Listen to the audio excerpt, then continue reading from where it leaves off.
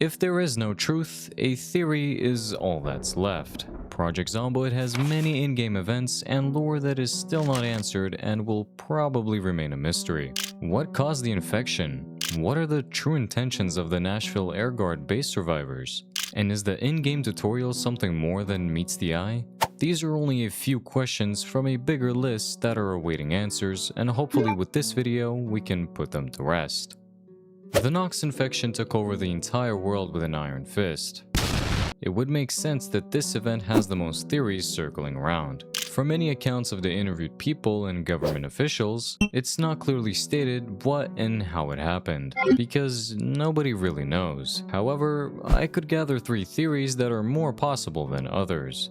Let's start off with my favorite one, Spiffo.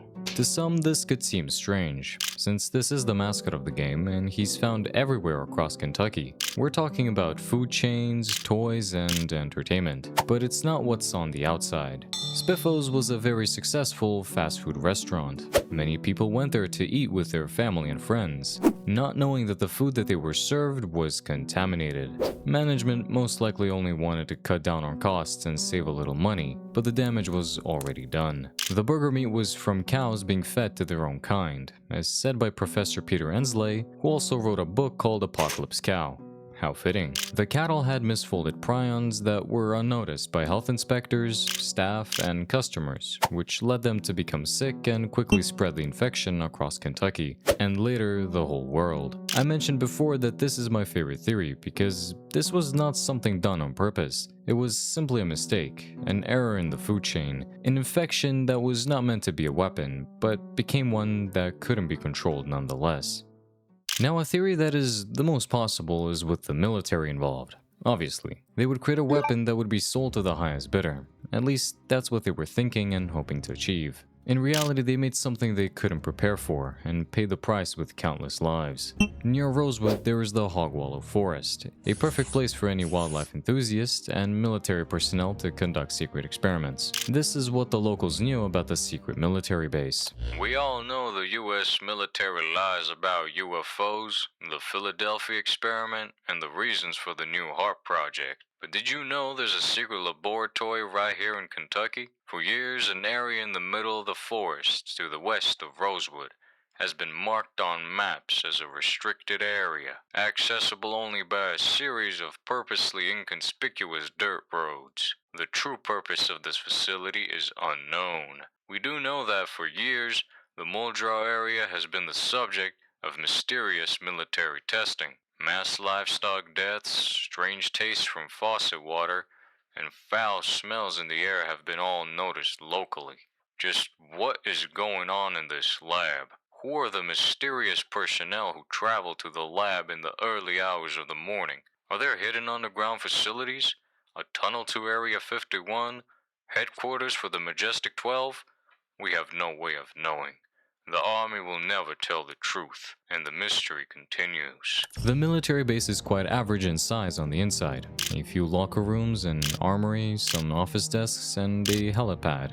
Everything seems in order, but that's about to change, because that staircase is not leading to just a regular basement, more of an underground, fully fledged out facility. Hundreds of workers were sleeping, eating, relaxing, and working here. The sheer amount of storage shelves holding food, bunks, a mess hall, and a gym meant that people working here were not resurfacing anytime soon. Military guards, cleaners, and scientists alike were all in here and were needed to keep this place up and running. Delving deeper, a more sinister picture paints itself once we get to the lab area. First is the decontamination chamber, and then the various animal cages and operating tables, hinting towards animal and maybe human experimentation, with all the leftovers being sent to the morgue and being disposed of. One fellow Project Zomboid community member by the name of Playbanosh theorizes that the whole point of this facility's existence is for the making of biological weapons, which they've failed horribly, because this is ground zero. No amount of security and decontamination could hold down a biological hazard.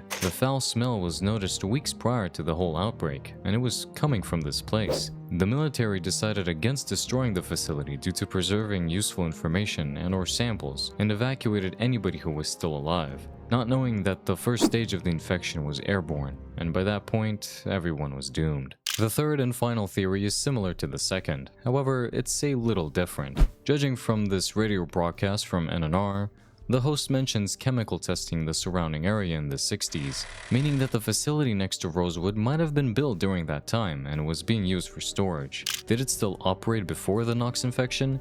Probably, because on July 4th, a military convoy spilled hazardous chemicals everywhere in the area, contaminating everything.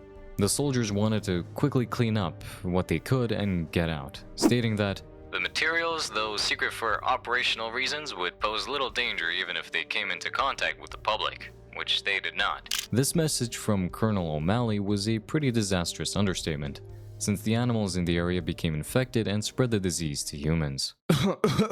Subscribe.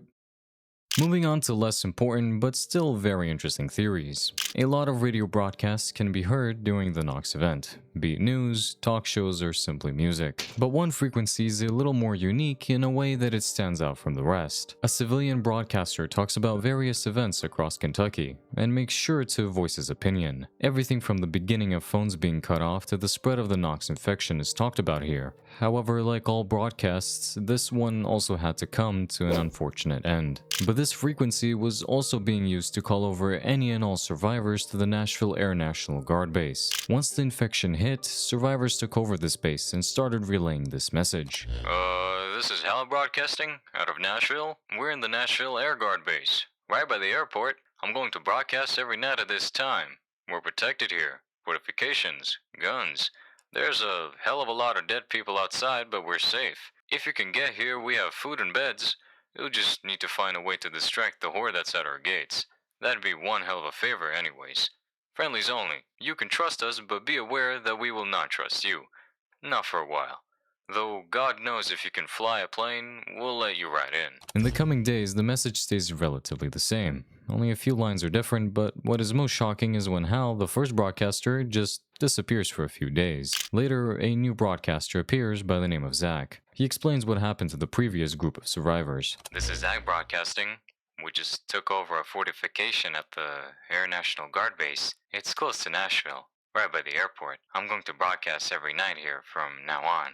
The group who were here got overrun. They're gone now, and so are the dead. We've rebuilt fortifications. We have guns. We have food. We need fresh blood. We need survivors. Come as soon as you can. Friendlies only.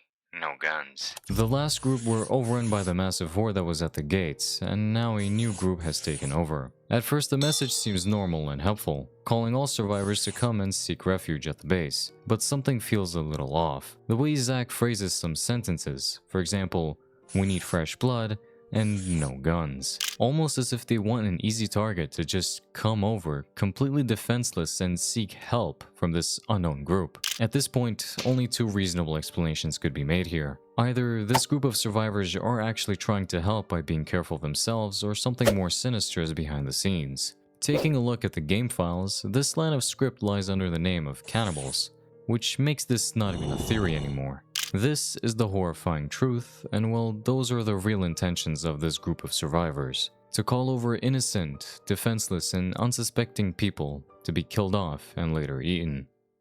An event we're all too familiar with, something that might even kill a pretty good start to a playthrough. It can't be seen, but it can definitely be heard.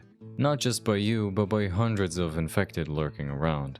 Of course, I'm talking about the helicopter event. At first, it seems there's no way of knowing when it will happen. However, there actually is. Coming back to the radio broadcasts, the Automated Emergency Broadcast System, or IEBS for short, relays pretty important information, such as weather reports, electricity shutoff statuses, and most importantly, an alert of an aircraft presence. If the message reads, Air activity detected, right after the weather report, the helicopter event will happen on the same day. During that time, you have to figure out if you want to stay indoors and avoid being spotted, or try to drive around and lure the wandering infected away from your base. In any case, the helicopter will be there, flying around and trying to monitor, look for something or someone. There are two theories for this one. One of them, of course, has the military involved. A military helicopter flying around the exclusion zone, monitoring the destruction and chaos happening in real time, taking notes of the spread of the infection and deliberately pulling huge hordes towards unknowing survivors to make sure to leave no witnesses. Or this is simply a news chopper, trying to cover and take footage of all the carnage. It also would make sense why the chopper would be following you around, because that perfectly fits a reporter's characteristics. Not to mention the message on the radio broadcast mentions that there is air activity detected, but is most likely an unknown aircraft and not part of the military. Like for any new player, the tutorial is there to teach you the ropes. Project Zomboid surprisingly has that. Once you start, you're greeted with a familiar face, that of Spiffo. He's there to help you navigate all the different menus and make you understand what does what. At first, the advice is simple and easy to digest, except for that rotten rat that he makes you eat. All of the quirks and jokes that he makes are a little out of touch, but nothing comes close if you try to disobey his orders. The very first example happens when you close the open window. That was incorrect. Do not break with the cycle. Reopen the window before we consider termination. Spiffo's friendliness quickly disappears. His wording is strict and aggressive, threatening you with termination. But what really catches the eye is that he's not working alone. Moving on to the next tutorial step, if you don't crouch when prompted, he will say this. Do as we request. This is wasting time and money. Sneak to the gate in the fence now. You're being spoken to as if you were some sort of test subject, someone who's really easily replaceable. Who even cares about money in a world that is completely destroyed? After being betrayed by Spiffo, you served your purpose and you're supposed to die, which most likely you will. But if you do manage to hold out a little longer, you can come across a strange building with "Keep Out" graffiti painted on the wall. For testing purposes, we're obviously not going to follow the instructions, and we will make our way inside. Now that we're here, the room is quite small. It features a wall of security terminals and a huge cutout of Spiffo. Safe to say that this building is meant for monitoring whatever is happening in the fenced-in perimeter, mostly to observe the test subjects whilst they're doing their various tutorial activities. This whole discovery within the tutorial just screams that it's linked to the very first theory of this video. However, all of it wasn't done by accident, but maybe on purpose. It's fascinating how even after hundreds of hours of playing the game, it still offers something new. That being lore theories. It's nice to look at a topic from a different perspective. And that should be all of the theories that are worth covering in today's video. If you have any more to share, feel free to do so in the comments. See you in the next one.